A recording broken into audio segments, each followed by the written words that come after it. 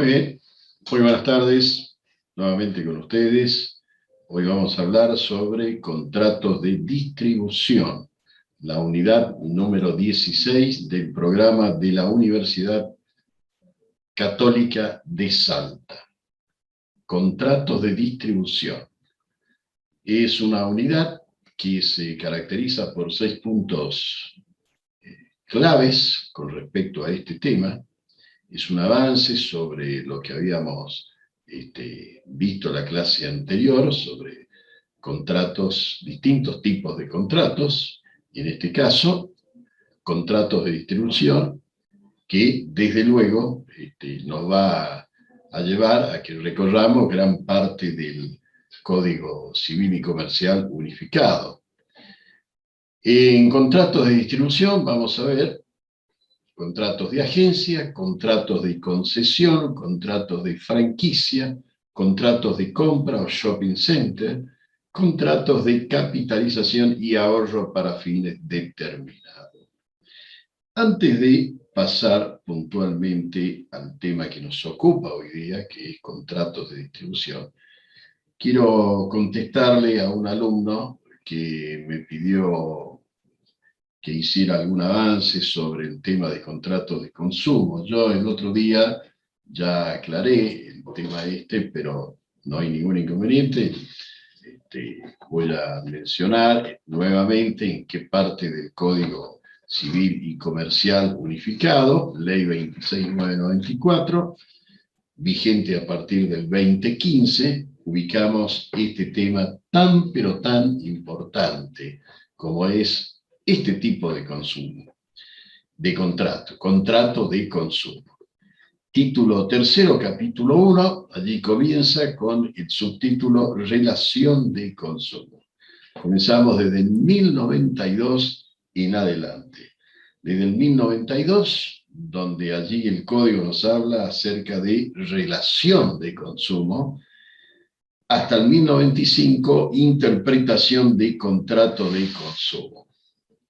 Luego pasamos al capítulo 2, formación del consentimiento, un punto obviamente fundamental a tener en cuenta. Artículo 1096, ámbito de aplicación.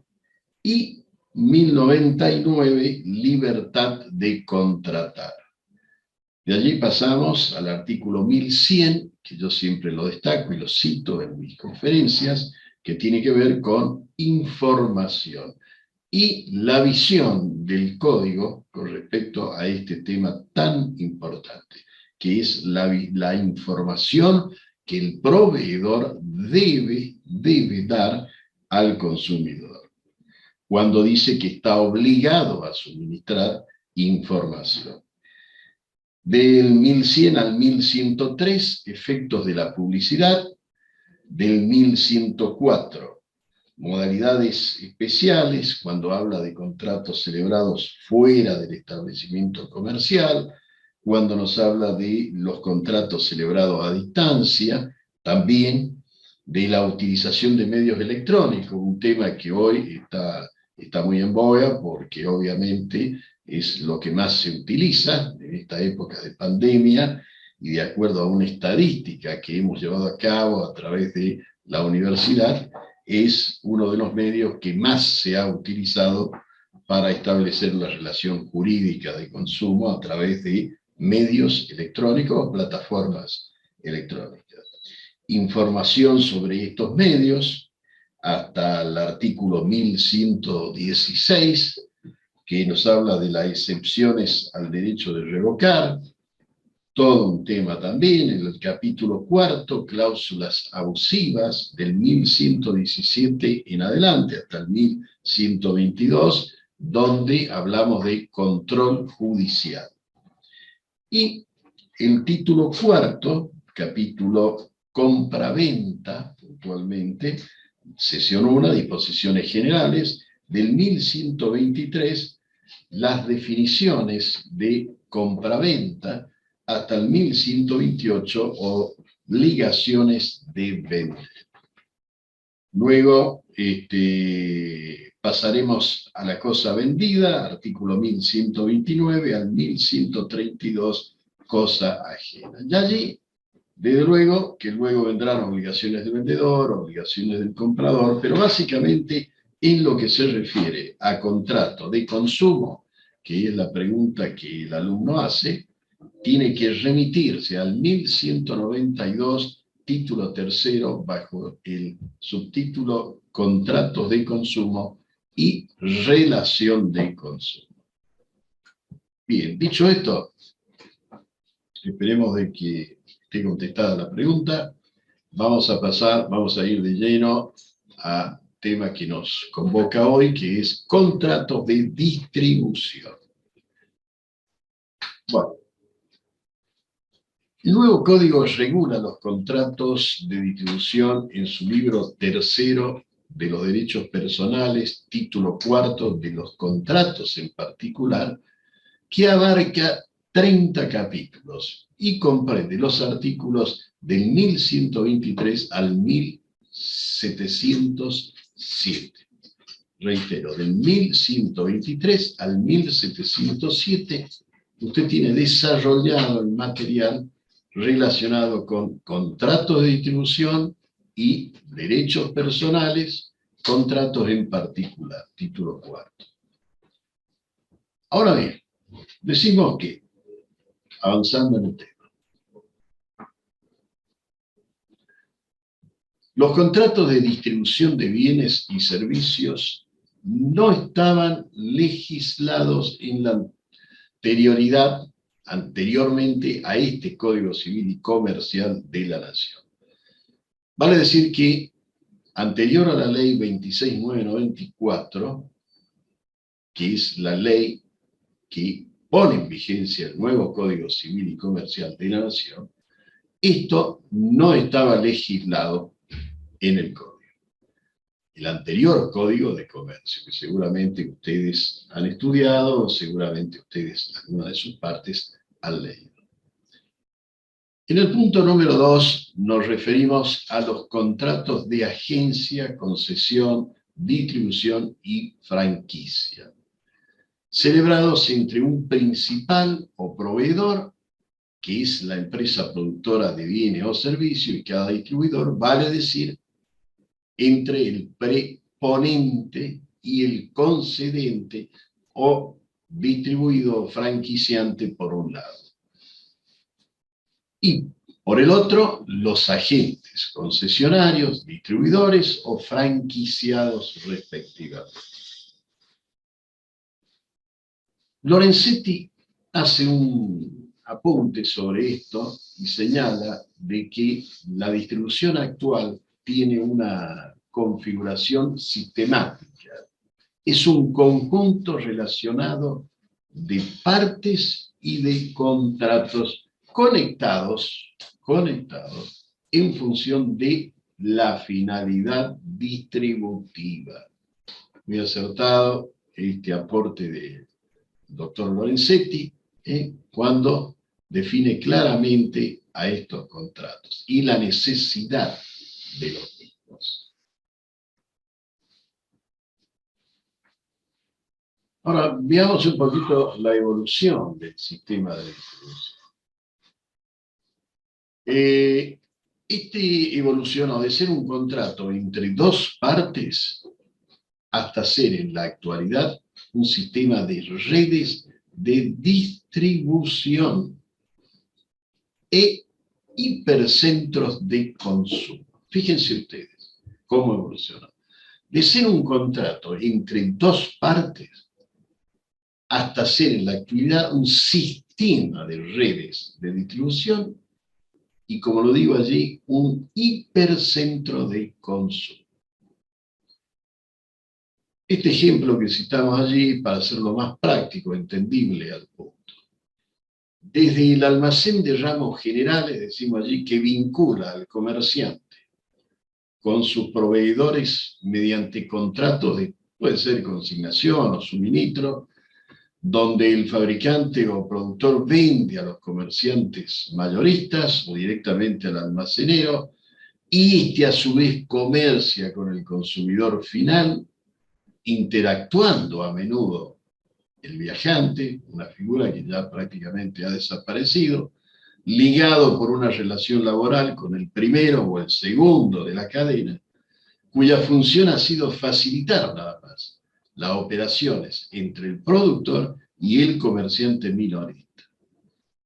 En la actualidad, la figura laboral del viajante, como lo dije anteriormente, ha perdido ya prácticamente vigencia.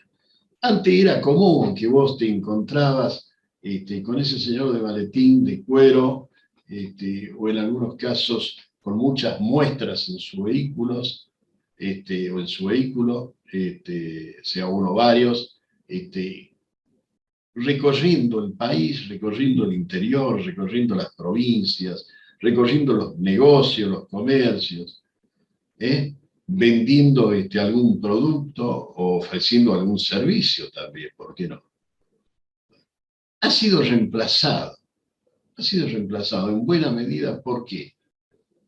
Por un sistema empresarial de distribución, por un sistema empresarial de distribución.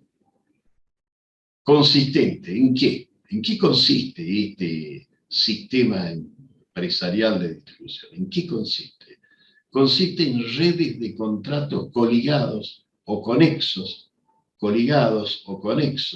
que conforman un conjunto vertical de empresas jurídicamente autónomas entre sí. También,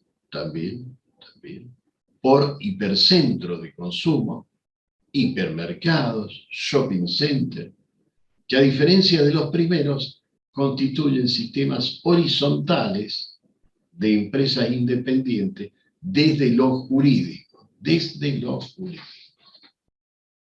pero conectados mediante una empresa organizadora que vincula a todas ellas a partir de ¿qué? De un interés y finalidad económica. De un interés y finalidad económica. Supracontractual, que le es común a las mismas. Ahora, vamos de lleno al primero de estos contratos que mencionaba anteriormente. Ya hemos hablado de la distribución, contrato de distribución. Y la verdad, es mucho y muy puntual lo que podemos añadir también sobre contrato de distribución, porque ya hemos mencionado los nuevos modos de comercialización, la figura del viajante ya prácticamente desapareció.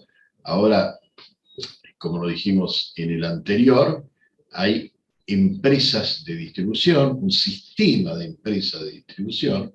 Yo vuelvo a reiterar esto porque puede ser pregunta de examen, evaluación de parte de la cátedra. Hay un sistema empresarial de distribución que es el que vino a reemplazar a esta figura tan conocida, ¿no? Y que consiste, como lo digo allá abajo, en redes de contratos coligados o conexos, uno a otro, que conforman un conjunto vertical de empresas jurídicamente autónomas entre sí. Bien, he reiterado esto, considero que es importante hacer hincapié en este tema. Ahora, vamos de lleno a lo que es el contrato de agencia. Decimos que hay contrato de agencia cuando una parte, denominada agente, se obliga a promover negocios por cuenta de otra denominada, como lo dice allí el párrafo, preponente o empresario, de manera estable, de manera continuada e independiente, sin que nada, o medie, relación laboral alguna. ¿Mediante qué? Mediante una retribución. Finalmente allí lo dice el párrafo. El agente es un intermediario independiente. independiente. No asume el riesgo de las operaciones, ni representa ¿a quién? Al preponente. Al preponente. Y finalmente, aclaramos allí, este tipo de contrato, estamos hablando de contrato de agencia, debe, no es una cuestión facultativa, si quiero o si quiere, o si no, no se hace por escrito, no, debe instrumentarse por escrito. Así lo remarca claramente la ley. Bien, dicho esto, de que debe instrumentarse por escrito, pasamos a. Aquí surge una definición. Pueden distinguirse los siguientes caracteres en este tipo de contrato. Estamos hablando del contrato de agencia. Recuerden siempre. En primer lugar, es un contrato bilateral, porque existen obligaciones para las partes que son recíprocas. Es decir, como lo digo allí, que a la obligación de promover negocios que le permitan al empresario vender su mercadería a terceros, que es precisamente a lo que se obliga el agente, obligación de hacer, le corresponde, por otra parte, una retribución a cargo del preponente o empresario por el beneficio que le apareje a aquella gestión que mencionamos anteriormente, de obligación de dar. Tenemos una obligación de hacer y una obligación de dar. Características. Formal. Porque como se vio, se exige una forma escrita. Ya lo dijimos en la anterior diapositiva. Tiene que ser un contrato por escrito. Oneroso. ¿Por qué? Porque las partes acuerdan en vista de una ventaja o utilidad recíproca. Si no existe esto, no habrá contrato de este tipo, de agencia. Mercantil. ¿Por qué? Porque en función de su propia naturaleza, de la propia naturaleza de este contrato, importa para las partes la realización de actividad económica organizada. Nominado y típico, porque cuenta con la denominación receptada por el código. Por eso es nominado. El contrato es nominado y típico, porque cuenta, en primer lugar, con la recepción dada por el código y prevé una regulación que le da sus propias características como contrato de agencia. Estable, porque de acuerdo a su propia definición, el vínculo es de continuidad y potencialmente comprende la realización de una pluralidad de operaciones. Bien. Exclusividad, otra característica. El agente tiene derecho a la exclusividad en el ramo de los negocios, de aquel negocio que eligió. Bien, pues tendrá exclusividad. Parte segunda, en la zona geográfica o respecto del grupo de personas expresamente determinadas en el contrato. Fíjense qué importante destacar esto. La exclusividad obviamente va a surgir de la letra del contrato. Y a partir de allí, el agente que ha aceptado y ha firmado tiene exclusividad en el ramo de los negocios, del negocio elegido. Puede ser comercialización de bienes o prestación de servicios en la zona geográfica, hipótesis, Chaco, Corrientes, Formosa, Misiones, la zona litoral, o la zona norte argentina, o la zona centro del país, o zona de Cuyo, o respecto del grupo de personas en donde esto va a impactar, expresamente, dice la ley, expresamente determinados en el contrato. Reitero, no puede quedar nada librado al azar, tiene que estar expresamente en la letra del contrato. Garantía del agente. Aquí decimos que el agente no puede constituirse en garante de la cobranza del comprador presentado al empresario. Reitero, el agente no puede constituirse en garante de la cobranza del comprador presentado al empresario. Dice el código, sino hasta el importe de la comisión que se le puede haber adelantado o cobrado, en virtud de la operación concluida por el principal de la relación jurídica. Por el principal. Ahora, ¿cuáles son las obligaciones del agente? Acá hemos detallado, hemos hecho una síntesis, porque en realidad el artículo del código es muy extenso. En primer lugar, velar por los intereses del empresario y actuar de buena fe en el ejercicio de sus actividades. Reitero, velar por los intereses del empresario y actuar de buena fe en el ejercicio de sus actividades. Ahora, también deberá, y esto claramente lo estipula el código, deberá ocuparse con la diligencia, textualmente, de un buen hombre de negocio de la promoción y, en su caso, de la conclusión de los actos u operaciones que le encomendaron, a través de ese contrato que rubricaron las partes. Cumplir su cometido de conformidad con las instrucciones recibidas del empresario y transmitir a éste toda información de la que disponga relativa a su gestión.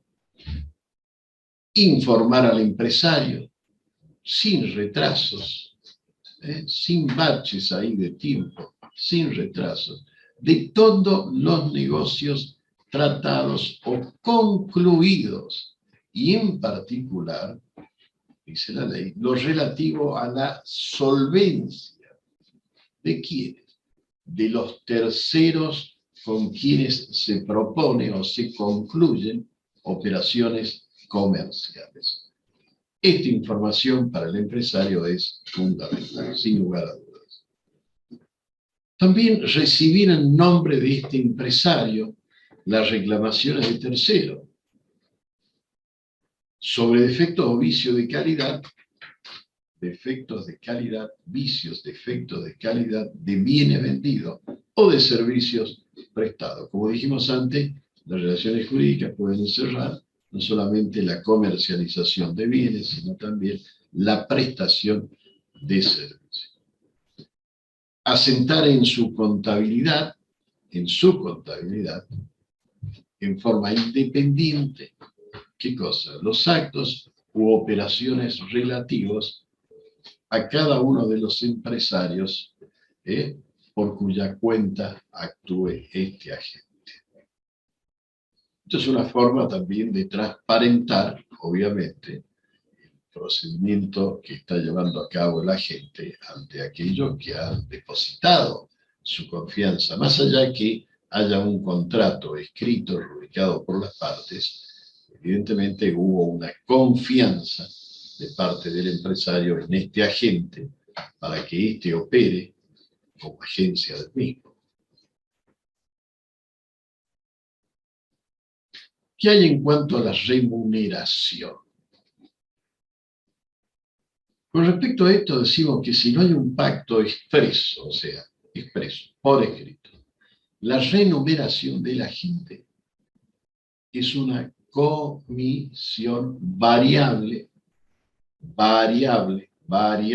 según el volumen o valor de qué, de los actos o contratos promovidos.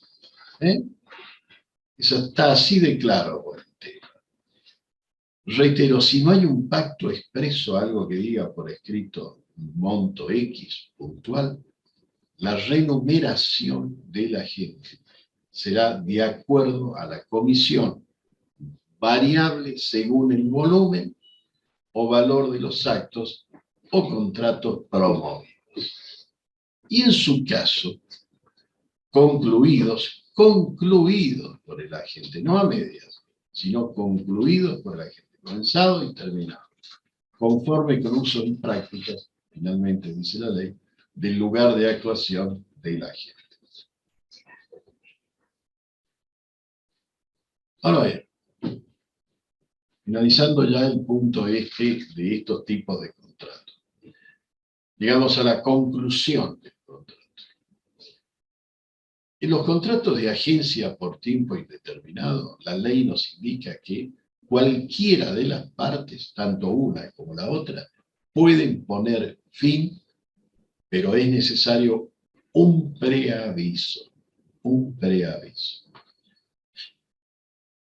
¿Hay plazos? Sí, la ley marca plazo. El plazo del preaviso debe ser de 1 mes por cada año de vigencia del contrato. 1 mes por cada año de vigencia del contrato. El final del plazo de preaviso debe coincidir con el final del mes calendario en el que aquel opera. Debe coincidir.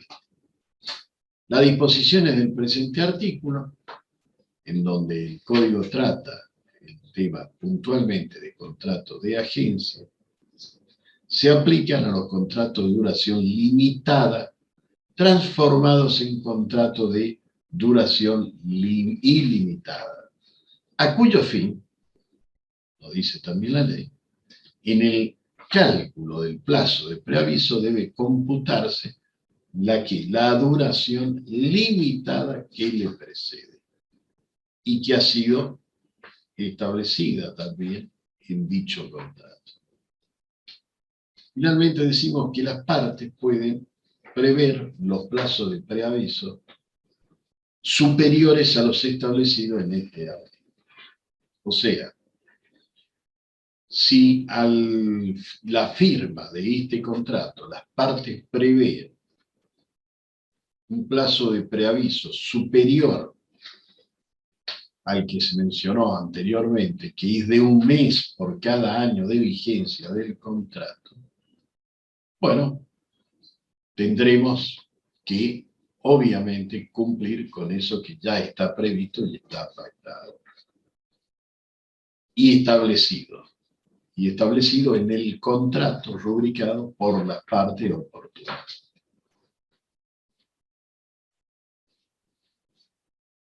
¿Puede haber otras causales de conclusión del contrato? Sí, como en otros casos, que ya los hemos mencionado anteriormente.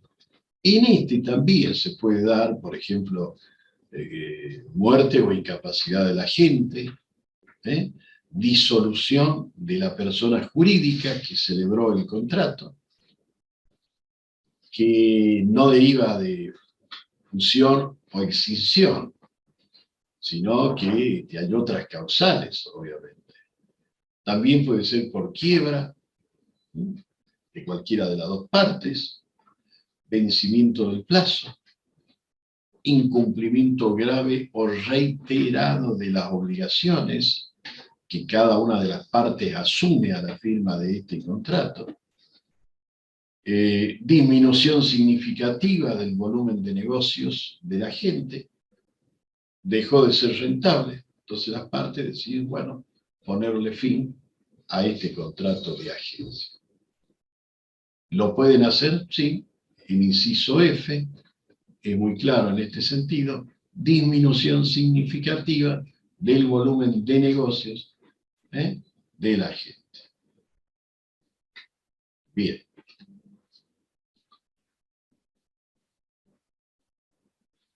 Vamos a hacer una pausa de 7 minutos y vamos a continuar con contratos de concesión.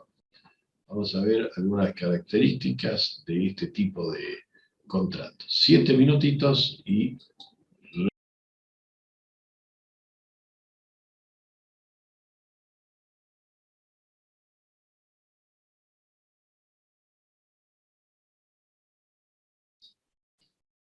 Bien, regresamos con contratos de concesión.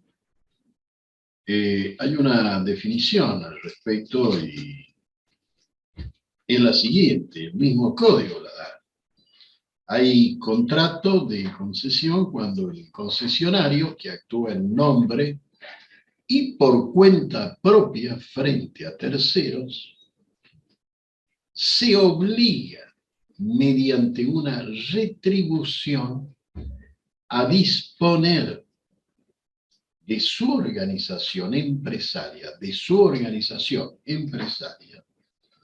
para comercializar mercaderías provistas por el concedente. Recuerden, estamos hablando de contratos de concesión. Mercaderías provistas por el concedente.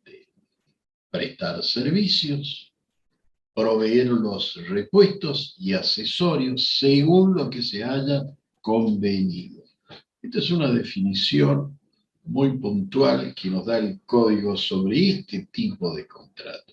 Definición importante que ustedes recreen, vuelvan a leerla, estudien, traten de recordar, porque seguramente esto se va a plantear en algún trabajo práctico de la cátedra, estos tipos de contratos. Bueno, ya vimos de agencia, ahora estamos viendo contrato de concesión, con las particularidades que cada uno de ellos tiene.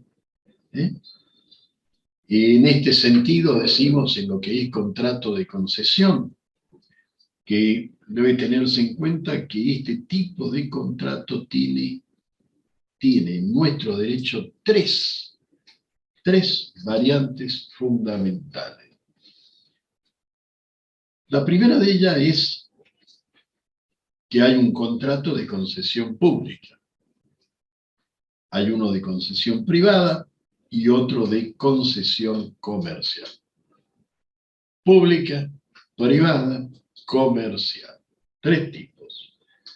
El primero de ellos es el contrato por el cual la administración pública invite a una persona física, puede ser jurídica, sí, puede ser jurídica, del derecho, obviamente, de prestar un servicio público, que se va a caracterizar por la imprescindibilidad en beneficio de la comunidad, generalmente en forma oligopólica, como hay aquí en la provincia del Chaco, empresas que actúan de manera oligopólica.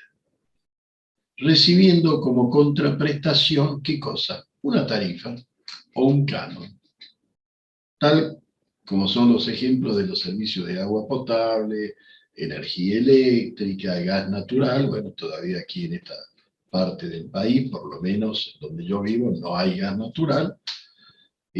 Transporte, entre otros servicios, obviamente, que puede prestar esta persona jurídica. En este sentido, Lorenzetti destaca que este contrato existe bajo la forma de autorización del Estado. Sí, es así. Y justamente el motivo es que realiza una determinada actividad, como ocurre en el caso de recolección de residuos, por ejemplo, donde el concesionario hace un aporte de gerenciamiento ese es el aporte que hace, y de conocimientos específicos que le son útiles. ¿A quién? Al Poder Ejecutivo. Obviamente que el Poder Ejecutivo los autoriza a percibir una tarifa por esto, representativa del servicio, obviamente, que presta. En algunos casos, bien representativa, en otros casos, dejará mucho que desear, pero esa es la finalidad que en sí se percibe, que sea representativa del servicio que prestan a la comunidad. El contrato de concesión pública interviene ineludiblemente con el Estado a la cabeza, en cualquiera de sus niveles, lo que sitúa la relación jurídica en el ámbito del derecho público. Derecho público. Por el contrario, el derecho de concesión privada también autoriza a una persona física o jurídica, puede ser a explotar un servicio en favor de terceros, obligándose el prestador, y atención, ahí está la parte a destacar, la parte importante, es decir, el concesionario a realizar tal explotación en su propio nombre. Allí está la diferencia, en su propio nombre. Contrato de concesión privada. En su propio nombre, por su cuenta, por riesgo que va a correr, obviamente, al firmar este contrato, y bajo el control del concedente, en este caso, el Estado público. El gobierno fuera la autoridad que le ha firmado este contrato de concesión privada, que ha suscrito también este contrato de concesión privada. Ahora bien, en este caso hay que tener en cuenta algo que es fundamental. No hay imperio estatal y por ende prevalece la finalidad distributiva propia de la actividad mercantil. Vale decir que la concesión desempeña una función económica relevante, en la distribución de bienes y servicios. Y presenta dos formas bien diferenciadas. La concesión comercial, que generalmente versa sobre la distribución de bienes, como es el caso de concesiones de autos, concesión privada, desarrollada también por Gastaldi, querido jurista argentino, y que en general se refiere a la concesión de servicio en clubes, asociaciones, para la atención de diferentes actividades, comedor, jardinería, actividades gastronómicas, etc. Por ello, y esto para finalizar, redondeando el tema de la concesión privada, el concesionario obtiene generalmente su lucro del precio que le pagan los terceros que usan los servicios de dicha concesión. Bien, ahora vamos a avanzar sobre algunas características de este contrato de concesión. Debemos destacar que es un contrato típico y nominado. Una vasta jurisprudencia, una vasta enorme cantidad de legislación, generalmente, son los que sustentan la existencia de aquello que se crea en estos contratos de concesión, ya sea la prestación de un servicio o la comercialización de algún bien en particular. Es consensual, es conmutativo, no formal, lo dice allí, de ejecución continuada y de adhesión. Estas son las principales características de este tipo de contrato. A ver, las obligaciones del concedente. En primer lugar, proveer al concesionario de una cantidad mínima de mercadería que le permita atender adecuadamente la demanda, las expectativas de venta en su territorio, zona, de acuerdo a las pautas también de pago, de financiación y garantías previstas en el contrato. El contrato puede prever la determinación de objetivos de venta, pueden estar ya allí implícitos en el programa, los que deben ser fijados y comunicados al concesionario de acuerdo con lo conferido. En segundo lugar, respetar el territorio o zonas de influencia asignados en exclusividad al concesionario. Reitero, respetar el territorio o zonas de influencia asignados. Son válidos los pactos que, no obstante la exclusividad, atención en esto, reserva para el concedente ciertos tipos de ventas directas o modalidades de ventas especiales.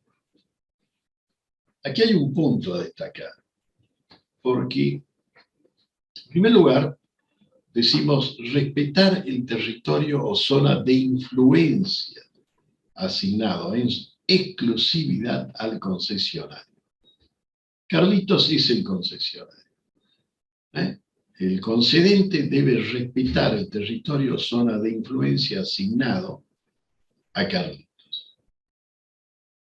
Pero este punto también nos dice que son válidos los pactos que, no obstante la exclusividad que Carlitos tiene en cierto determinado territorio, reserva para el concedente ciertos tipos de venta directa o modalidades de ventas especiales.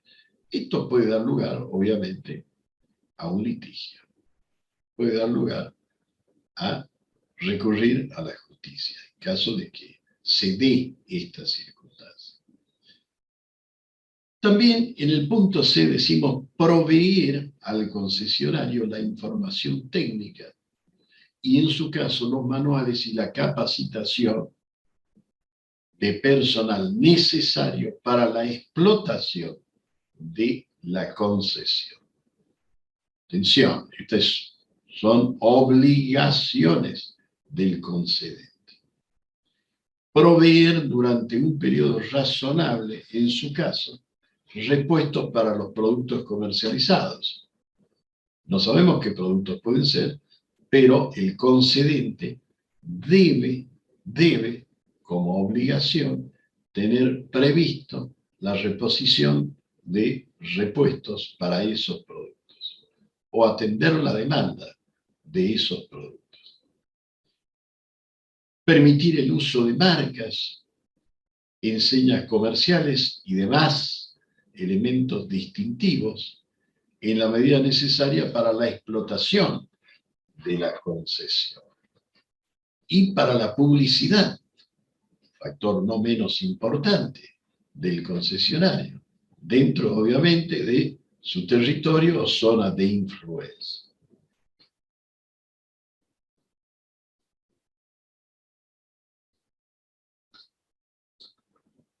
Vamos a tratar. Ahora, obligaciones del concesionario. En primer punto, yo creo que básico, elemental, fundamental, comprar exclusivamente al concedente las mercaderías y en su caso los repuestos objeto de concesión y mantener la existencia convenida de ellos o en defecto de convenio la cantidad suficiente ¿para qué? Para asegurar la continuidad de los negocios, del negocio y la atención del público consumidor. Si no, vamos a tener quejas, vamos a tener reclamos. Por eso esto está fijado en el código como obligación del concesionario. para que no derive un incumplimiento del concesionario en queja o reclamo, ya sean administrativos o judiciales, de parte del consumidor o aquel que lamentablemente se ve perjudicado porque, porque no se tuvo en cuenta asegurar la provisión de elementos o de servicios necesarios o suficientes como para dar respuesta a la demanda. Respetar los límites geográficos de la actuación, ¿se acuerdan que habíamos hablado? La necesidad de fijar, eso lo prevé la ley, de fijar los límites geográficos o de funcionamiento y productos comercializados. Por eso lo decimos aquí, respetar límites geográficos, abstenerse de comercializar mercadería fuera de ellos, el radio de acción es tal, tal, tal y tal. Dentro de ese radio, fijado ya previamente entre las partes, es donde yo debo realizar mi actividad. Directa o indirectamente, esa actividad debe ser respetada por interpósita persona, porque en una de esas yo pienso, bueno, yo me voy a salir, no puedo, porque está fijado tal límite geográfico. Pero, ¿qué tal si busco un amigo para que se instale mi amigo fuera de esos límites? Bueno, allí la ley lo dice claramente, debe respetar los límites de actuación. Finalmente decimos disponer de los locales y demás instalaciones y equipos que resulten necesarios. Esas son las obligaciones del concesionario, algunas de las obligaciones. Aquí seguimos por más. Prestar los servicios de preentrega y mantenimiento de las mercaderías en caso de haberlo convenido de esa manera. En caso de haberlo convenido de esa manera. Adoptar el sistema de ventas, de publicidad y de contabilidad que fije el concedente. En esto debemos estar muy atentos a ver cómo se va a desarrollar esta actividad de parte nuestra, ¿no? Como concesionario.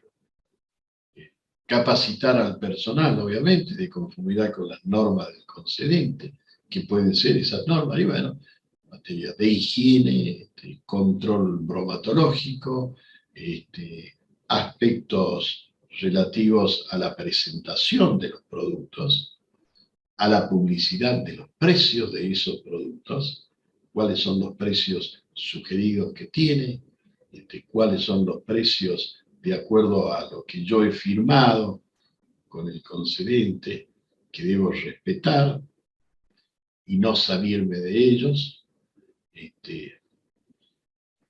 La capacitación del personal es fundamental, dependientemente de que lo diga aquí el artículo del código, porque hay otras leyes también por las cuales yo, consumidor final, o usted, consumidor final, puede acceder al reclamo por trato no digno, falta de respeto del dependiente hacia un consumidor X, por alguna discapacidad, por algún problema físico, en fin. Esto de capacitar al personal es fundamental. Más allá que esté aquí, en este caso y en este tipo de contratos,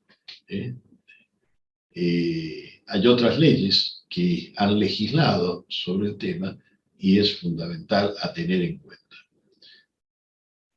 Decimos también, ya para redondear el tema, sin perjuicio de lo dispuesto en el inciso A de este artículo del código que estamos trabajando, el concesionario puede vender mercaderías del mismo ramo que le hayan sido entregadas en parte de pago, puede ser, en parte de pago, de las que comercialice por causa de la concesión.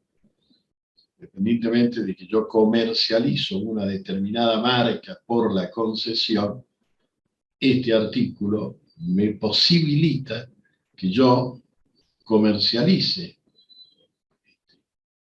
otros productos que me han sido entregados, como dice allí, en parte de pago. No será la misma marca, pero siempre y cuando yo tenga para justificar cómo recibí esa mercadería, bueno, bienvenido sea. Y también exponer o promocionar otras mercaderías o servicios que se autoricen por el contrato. Que se autoricen, dice el código, que se autoricen por el contrato. Bien. Ahora, en materia de plazos, a ver, ¿qué tenemos? El plazo del contrato de concesión no puede ser inferior a 4 años. 4 años. Pactado un plazo menor o si el tiempo es indeterminado, se entiende convenido por 4 años. Esto debe quedar bien. El plazo del contrato no puede ser inferior a 4 años. Pactado un plazo menor de 4 años, o si el tiempo es indeterminado, porque no se fijó plazo, el plazo de ese contrato se entenderá por convenido en 4 años. Excepcionalmente, porque siempre hay una excepción a la regla, excepcionalmente, si el concedente provee al concesionario el uso de las instalaciones principales que éste tiene para su desempeño, puede preverse un plazo menor, pero no inferior a 2 años. Esa es la excepción que marca el artículo en materia de plazo. Bueno, finalmente, conclusión del contrato, otras causales. Algo ya habíamos anticipado, contrato de agencia se resuelve por muerte o incapacidad del agente. Es de aplicabilidad para el contrato también, que estamos aquí tratando, el contrato de concesión. Disolución de la persona jurídica, quiebra firme de cualquiera de las partes, vencimiento del plazo fijado en el contrato y por ley, incumplimiento grave o reiterado de las obligaciones de una de las partes. Se puede dar que haya incumplimiento de alguna de las partes. Bueno, por incumplimiento grave o reiterado se puede concluir el contrato. Y desde luego disminución, como lo habíamos anticipado anteriormente, significativa del volumen de negocios de la gente. Aplicación a otros contratos, esto queremos dejarlo bien claro, las normas de este capítulo del código, donde están contemplados estos contratos, para ellos se aplican los contratos por los que se conceda la venta o comercialización de software o de procedimientos similares, a los contratos de distribución en cuanto les sean pertinentes, obviamente, y que estén relacionados con la actividad que estos alberguen. Por eso, las normas de este capítulo se aplican también, reitero, a los contratos por los que se conceda la venta o comercialización de software o de procedimientos similares.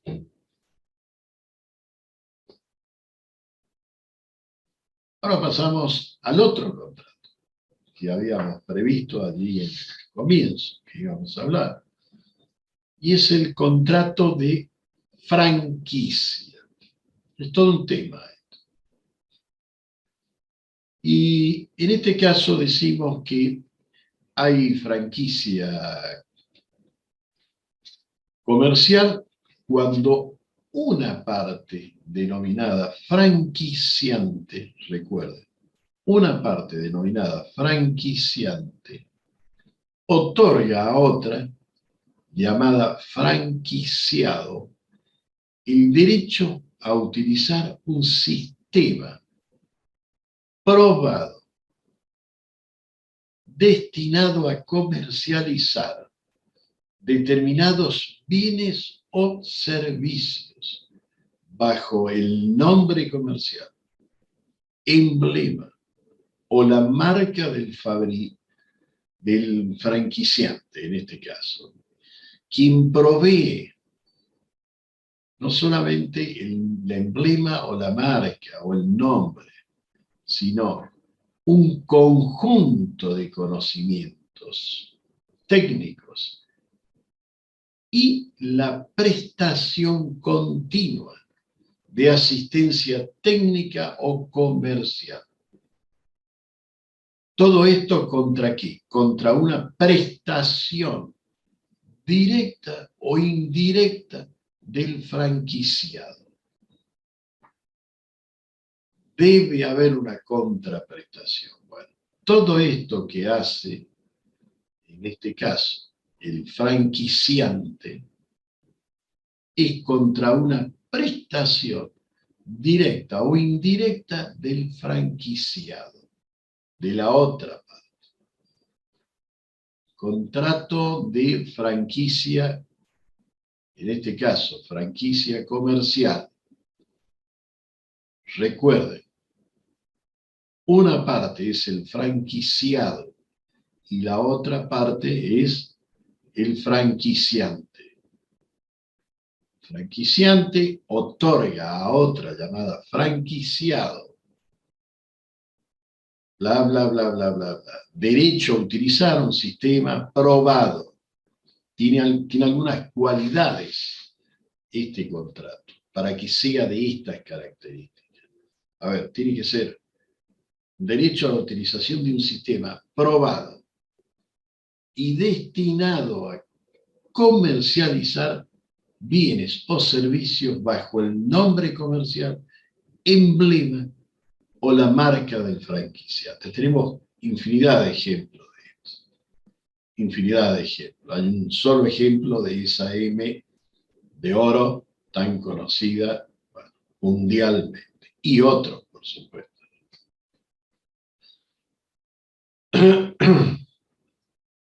Otros aspectos a tener en cuenta. El franquiciante debe ser el franquiciante titular exclusivo del conjunto de los derechos intelectuales, de las marcas, patentes, nombres comerciales, derechos de autor y demás comprendido en el sistema bajo franquicia. O en su caso, tener derecho a su utilización y transmisión al franquiciado en los términos del contrato. A ver si quedó bien en claro esto. Debe ser titular exclusivo del conjunto de derechos intelectuales, marca, patente, nombres comerciales, derechos de autor y demás comprendido en el sistema bajo franquicia. O, pregunta de examen, en su caso, tener derecho a su utilización y transmisión al franquiciado, como dice ahí el código, en los términos del contrato. Así de claro. Decimos también que el franquiciante no puede tener participación accionaria de control directo o indirecto en el negocio del franquiciado, bajo ningún punto de vista. El franquiciante no tiene participación. No tiene participación. No tiene porque no puede tenerla. No puede, pero no puede tener ni control directo o indirecto, dice el código, sobre el negocio del franquiciado. Si lo hace, estaría violando la ley. Y ahora, obligaciones del franquiciante. Son obligaciones del franquiciante. Punto A, proporcionar con antelación a la firma del contrato información económica y financiera sobre la evolución de 2 años de unidades similares a la ofrecida en franquicia. 2 años de unidades similares a la ofrecida en franquicia, que hayan operado un tiempo suficiente, ya sea en el país, en Argentina o en el exterior, en el extranjero. También deberá comunicarle al franquiciado el conjunto de conocimientos técnicos, aun cuando no estén patentados, atención, aun cuando no estén patentados, derivados ¿de qué? De la experiencia del franquiciante y comprobados por este como aptos para producir los efectos del sistema franquiciado, ya sea en materia de comestible, de algún producto artesanal, lo que fuere. También decimos que debe entregar al franquiciado un manual de operaciones con las especificaciones útiles para desarrollar la actividad prevista en el contrato suscrito. Proveer de asistencia técnica. ¿Con qué objeto? Para la mejor operatividad de la franquicia durante la vigencia del contrato, entre otras obligaciones detalladas en el 1514. Yo lo apunto allí para que ustedes puedan leerlo tranquilo en sus casas. 1514 del Código Civil y Comercial de la Nación. Obligaciones del franquiciado.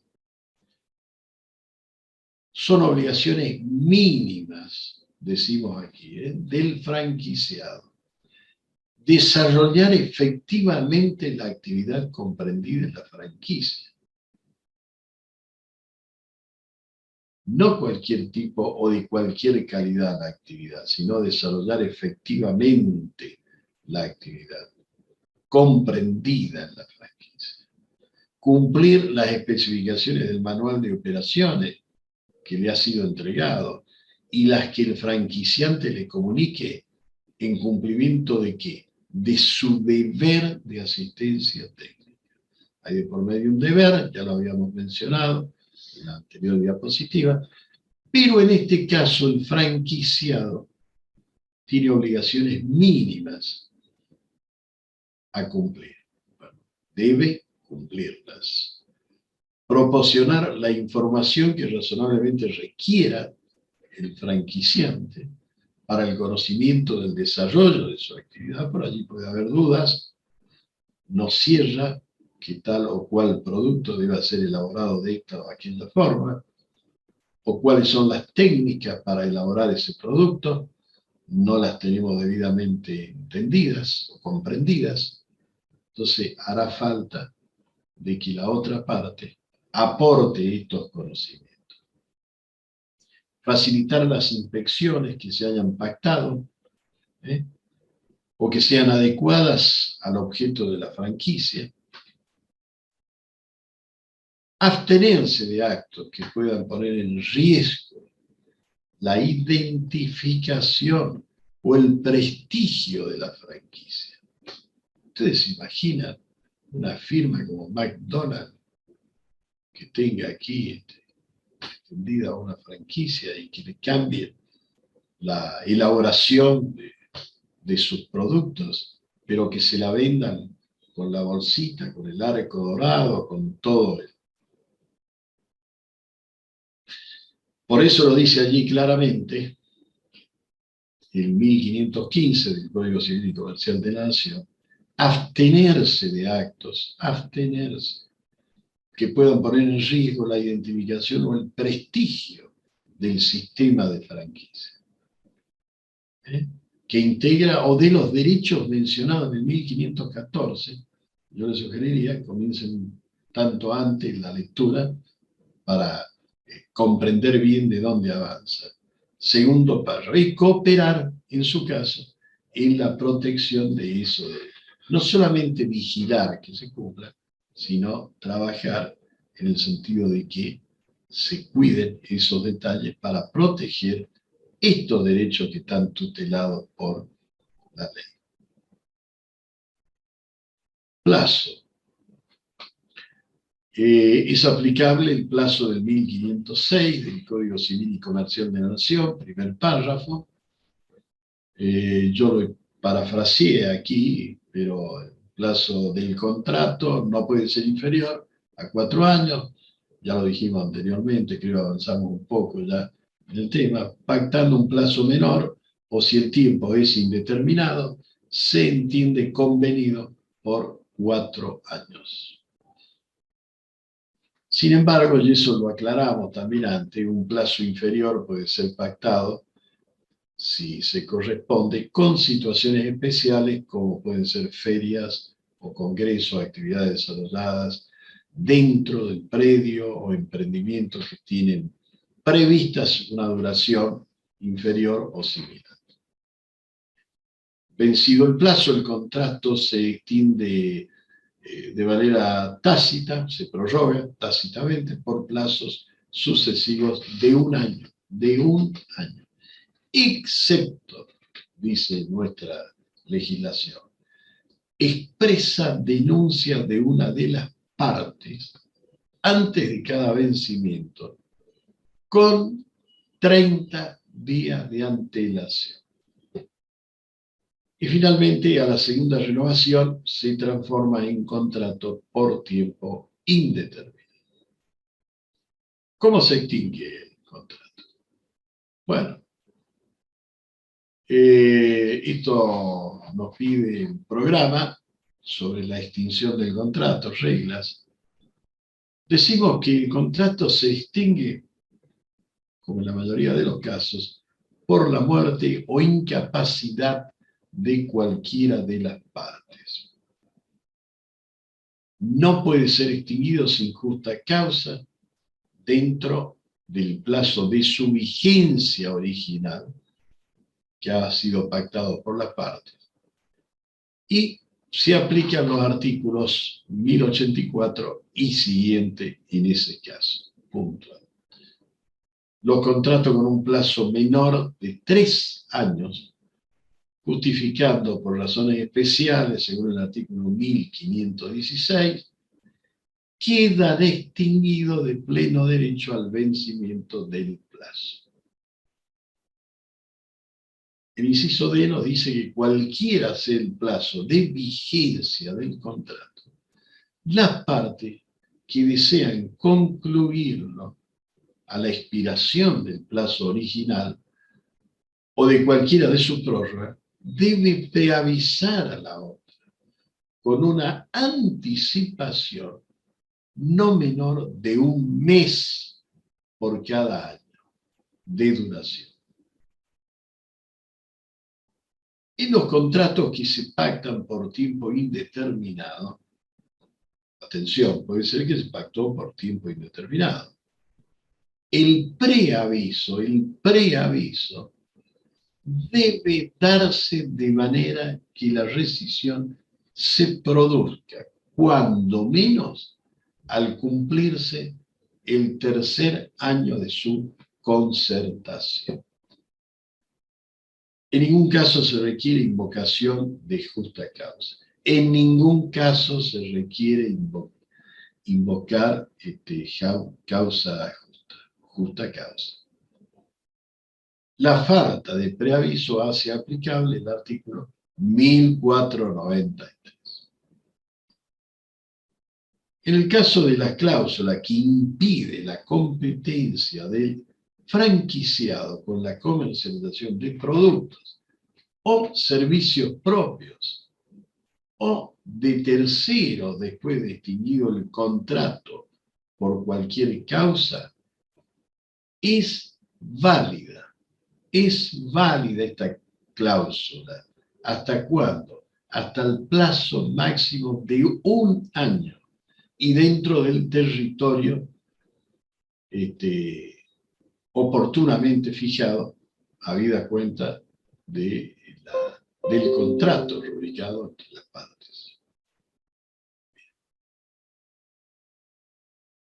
Muy bien. Hay otro tema puntual que la cátedra nos pide aquí, y es el tema puntual de la resolución 26 del 2004. Resolución 26 del 2004. Un segundito. La resolución 26 del 2004, que habla de planes de ahorro. Planes de ahorro, sistema de capitalización y ahorro para fines determinados. Esto es todo un tema. Nosotros, en realidad, hemos llevado a cabo numerosas acciones en este sentido, hablando ya desde lo práctico y no solo de la teoría. Hemos llevado adelante actuaciones con respecto a la participación de Inspección General de Justicia de la Nación en el control de los denominados sistemas de ahorro previo, contratos de ahorro previo para fines determinados, en la compra o adquisición de vehículos a través de este sistema. Es un sistema que obviamente tiene muchos años en la República Argentina, tiene ya bastante tiempo, ha funcionado en algunos casos, ha funcionado muy bien, ha dado excelentes resultados. Lamentablemente, a veces tiene mucho que ver la estabilidad económica en un país, sobre todo en el nuestro, para que este sistema de capitalización y ahorro previo dé sus resultados. A partir del año 2018 comenzó a tener bastantes inconvenientes la sociedad argentina, que había suscrito este tipo de planes de ahorro para obtener su vehículo a través de los grupos que se arman, obviamente, en el marco de lo que establece la legislación. Son planes de 84 meses, de manera que por allí también había una publicidad que tristemente decía que con la tercera cuota se llevaba su vehículo, cuando en realidad en ningún lado eso estaba estipulado, en ninguna parte del contrato suscrito por las partes, vuelvo a reiterar, estaba estipulado. Tenemos que tener en cuenta también que, y esto es importante destacarlo, que la autoridad de control, que es el Inspector General de Justicia de la Nación, IGJ de la Nación, el Inspector General jamás bajó a las provincias en la década pasada para corroborar la real situación que vivían nuestros consumidores en el marco de una economía realmente desastrosa que no podía encontrar estabilidad para el dólar, y como bien lo dice una de las cláusulas de estos contratos, la cuota parte se iba a modificar o se modificará en la medida que se modifique la moneda norteamericana, ¿no? Son vehículos que están dolarizados, en una comercialización de bienes que está sujeta a los vaivenes de la moneda norteamericana aquí en nuestro país, y bueno, afectó muchísimo, gravemente, a miles y miles de consumidores en la provincia de Chaco. Esto llevó en primer lugar a acciones administrativas que están previstas en la ley 24.240 de defensa del consumidor, y desde luego la vasta legislación relacionada con el consumidor y usuario del servicio, que es derecho positivo en nuestro país, Y de esas acciones administrativas, en muchos casos, se llegó a acuerdos. Lamentablemente no podemos decir que fue en un 90% de los casos, pero sí en alguna proporción, alrededor del 50-60% de los casos planteados, la gente o bien acordó con la concesionaria, y a través de la concesionaria con la administradora del plan, porque es una de las patas necesarias aquí, la administradora, la concesionaria que entrega la unidad, la administradora que administra el plan, llámese como se llame, la marca que sea, y desde luego quien lo suscribe. Y bueno, en algunos casos decía, se llegó a acuerdos donde se pudo establecer un régimen de refinanciación de las cuotas, de las cuotas partes, y donde el consumidor pudo finalmente extinguir el contrato por el pago total de la unidad.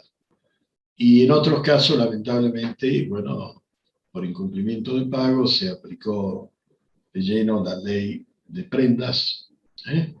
Y se procedió a secuestrar la unidad del usuario. Y todo lo que eso significa, los gastos, juicios, y significa para el usuario. Artículo 39 de la ley de prendas y el dolor de cabeza que le quedó a nuestros consumidores que todavía lo están sufriendo a nivel país, no solamente aquí en la provincia del Chaco, ¿no? Pero concretamente lo que podemos aportar sobre este sistema es que el sistema en sí no es un sistema malo, no es un sistema perjudicial, si está bien controlado por el Estado, si está monitoreado por la autoridad de aplicación, en este caso, Inspección General de Justicia de la Nación. Creo que es importante que Inspección General de Justicia de la Nación vuelva a rever estos contratos de adhesión, que la verdad son formularios de adhesión que firma el consumidor y ni los lee. También, por otro lado, la necesidad de mayor información de parte de los organismos o agencias de defensa del consumidor, estén donde estén, para que el consumidor tenga más información sobre este tema a través de distintos medios.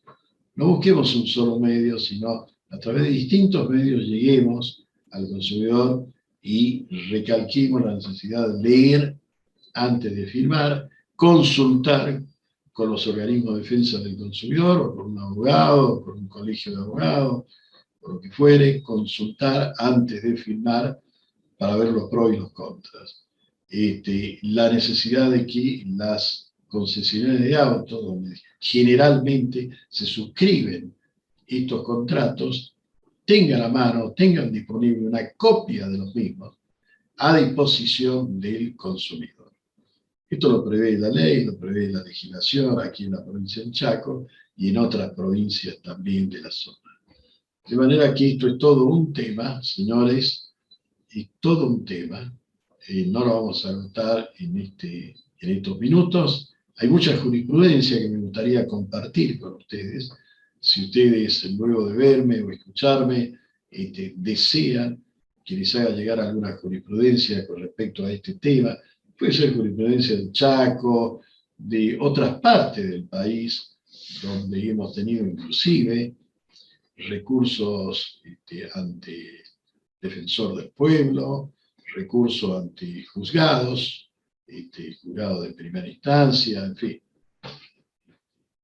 Hemos tenido la participación también de algunos defensores del pueblo en este sentido, y desde luego de abogados, colegas, tanto de la provincia del Chaco como de Córdoba, Santa Fe, Tucumán, algunas de las zonas, Buenos Aires, obviamente, Misiones, Salta, algunas de las zonas más castigadas por este tema del incumplimiento de los pagos, pero no porque el consumidor sea un deudor consuetudinario, no, sino porque el consumidor no puede hacer frente a la cuota alevosa que le ha marcado la administradora del plan para que pague. Entonces, todos estos temas los podemos ampliar, reitero, a través del correo institucional. Con mucho gusto yo les voy a enviar a ustedes el material, ya sea los fallos plenarios, fallos locales, para que ustedes tengan un conocimiento más amplio de qué modo se trabajó esto en tanto la instancia administrativa como la instancia judicial. Por ahora, muchísimas gracias por la atención. Con esto finalizamos la clase de hoy. Muy buenas tardes a todos y todas.